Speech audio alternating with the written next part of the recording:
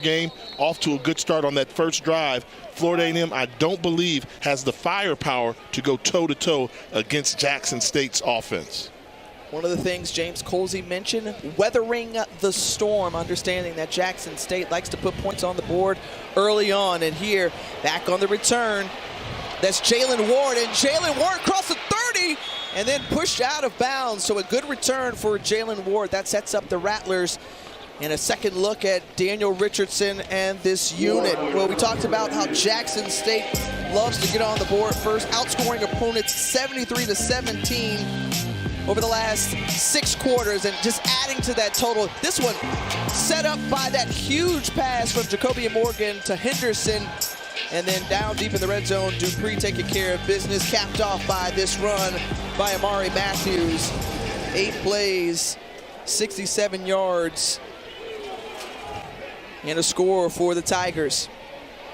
On the run inside, and that's Kelvin Dean. Dean brought down by Joshua Nobles, number 2 in blue.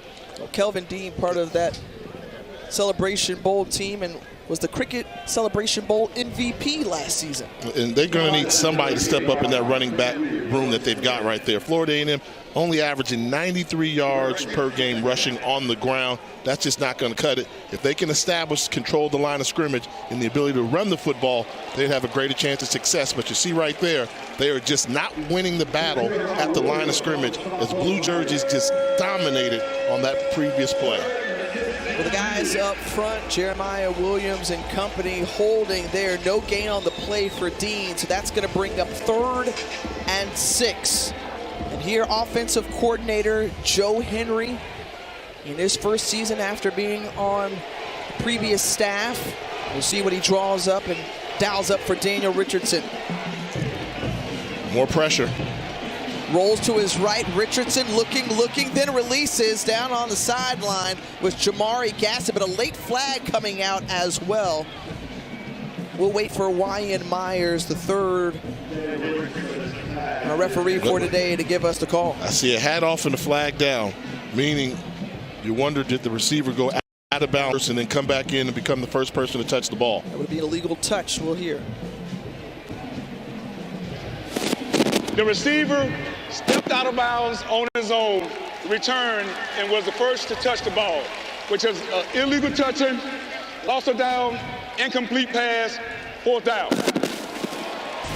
Jay, exactly as you said, another look at it here as Richardson rolls to his right, and he had to get rid of it.